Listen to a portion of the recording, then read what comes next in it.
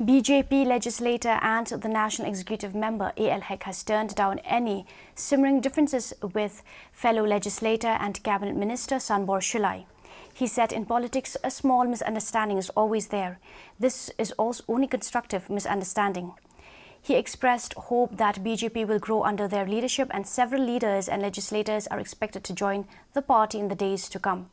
It may be mentioned that the difference within BJP is not new.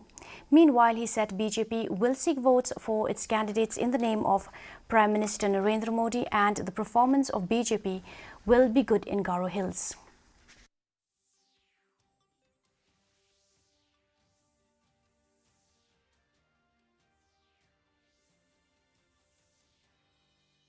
A small misunderstanding is always there. Doesn't take it that it is a misunderstanding. This is only constructive misunderstanding. It is for constructive only.